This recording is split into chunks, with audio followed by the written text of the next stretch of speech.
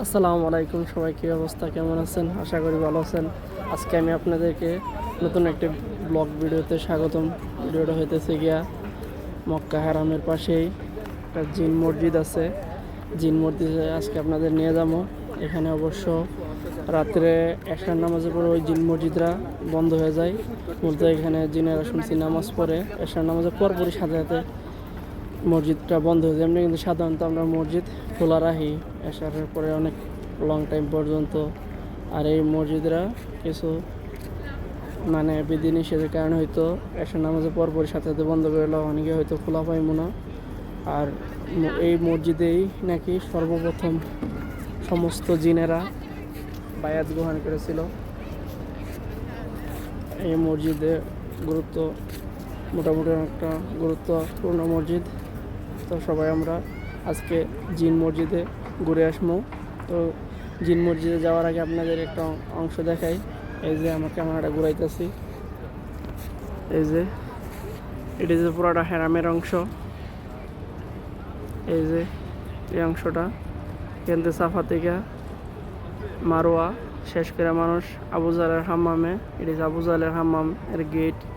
এই অংশটা পুরোটা যে আবু জালের হাম্মাম, এর আবু জালের হাম্মাম থেকে এই যে ওই ওই বাড়িটা, এটা যে আমাদের প্রিয় নবী হযরত মুহাম্মদ সাল্লাল্লাহু আলাইহি সাল্লামের বাড়ি।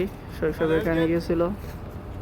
তো এই জায়গায় আসলে এখান থেকে দেখতে পারবেন যে সাফা মারওয়া এবং আবু জালের হাম্মাম, আমাদের নবীজির বাড়ি। এই জায়গাটা কাছাকাছি হওয়ার কারণে অনেকটা আগের ইতিহাস মনে যায়। আবু জাহেল ছিল এই মক্কার গভর্নর বা এই জায়গার শাসন করত। এই যে সাফা মারওয়া আবু জাহেলের বাড়ি, এটা আমাদের প্রিয় নবী হযরত মুহাম্মদ সাল্লাল্লাহু আলাইহি সাল্লামের বাড়ি। এর ওই সাইডে হইতেছে জিন মসজিদ, জান্নাতুল মুআল্লা। এই অংশটা এখান থেকে হাইটটা যাইতে তো 2-3 মিনিটের সময় লাগে। আমি এখন সরাসরি চলে যাইতেছি জিন মসজিদের দিকে। এই যে আমার পিছনের এই অংশটা ডিজে হারামের অংশ।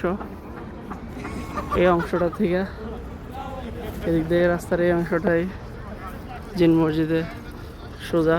এখানে ফ্লাইওভার আছে, ফ্লাইওভার পরবর্তী অংশটা এই জিন মসজিদ।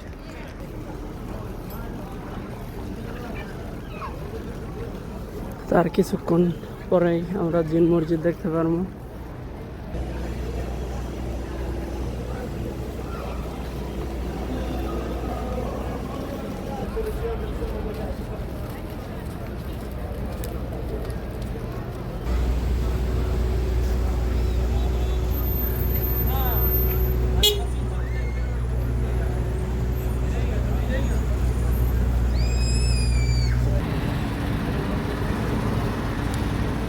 এই যে দেখতেছেন আরেকটু সামনের এই অংশটাই জিন মসজিদ, জান্নাতুল মুআল্লা। খুব সুন্দর একটা পরিবেশ। এতে আমি আর কিছুক্ষণের মধ্যে চলে যাব। এই যে আমি হেরামের পিছনের অংশটা, হেরাম থেকে আমি ছাইরা সরাসরি সামনে জিন মসজিদের দিকে যাইতেছি। এই যে এখানে একটা সাইনবোর্ডে দেওয়া রাখছে টু হেরাম। এখান থেকে হেরাম সরাসরি 2-4 মিনিটের রাস্তা। আর এদিকে এই অংশটা হচ্ছে জান্নাতুল মুআল্লা, জিন মসজিদ। এই যে এখানে হেরামের এই পিছনের অংশটা বলা হয় আল গাজ্জা বা গাজ্জা। এই যে গাজ্জা স্টেশন, এই জায়গায় স্টেশনগুলা। এটা আমাদের নবীজির বাড়ির পিছনের অংশ। আর এখানে এই অংশটা এটা হচ্ছে গিয়া জিন মসজিদ। ওয়াও, খুব সুন্দর একটা খেজুর গাছ রাস্তার সাইডে। আসলে এদিকের পরিবেশটা সত্যি অনেক সুন্দর, গাছগাছালি। আমি ফুটপাতে আছি।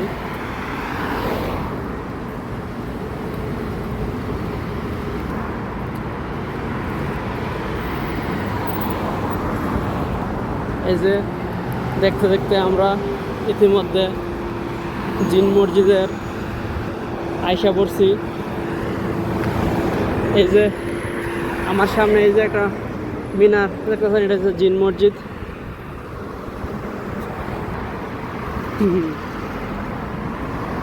এটা যে হয়তো দেখতেছেন, এটা হচ্ছে জিন মসজিদ, ঐতিহ্যবাহী জিন মসজিদ। এখন হয়তো মসজিদরা বন্ধ আছে, আবার ফজর রক্তে মসজিদ খুইলা দেওয়া হইব। এখানে অনেক মানুষ আছে। এই জায়গাটা গুরুত্ব একটা জিনিস বহন করে শুনছি, এখানে সমস্ত জিন জাতিরা এই মসজিদেই নাকি বায়াত গ্রহণ করেছিল। এটা হারাম থেকে কাছাকাছি।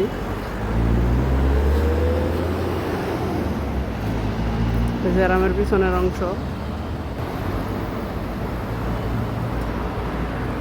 পরিবেশটা অনেক সুন্দর। তো আশা করি আজকের ভিডিওটা আপনাদের ভালো লেগেছে। দেখা করবো অন্য কোনো নেক্সট ভিডিওতে। সবাই ভালো থাকবেন, সুস্থ থাকবেন। এই যে আমি আপনাদের আরও দেখাই তিন মসজিদের অংশ।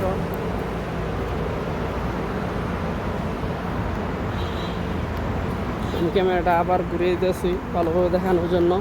এই যে এটাই হচ্ছে জিন মসজিদরা।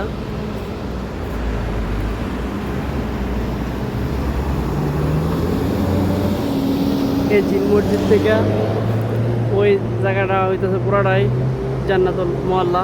ওখানে খাদিজাতুল কুবরা রাদিয়াল্লাহু তাআলা আনহার কবর আছে। অন্য কোনো নেক্সট ভিডিওতে আপনাদের ওই নিয়ে যাবো ওইখানে। সবাই ভালো থাকবেন, সুস্থ থাকবেন। আজকের মতো আমার ভিডিওটা এখানেই সমাপ্ত।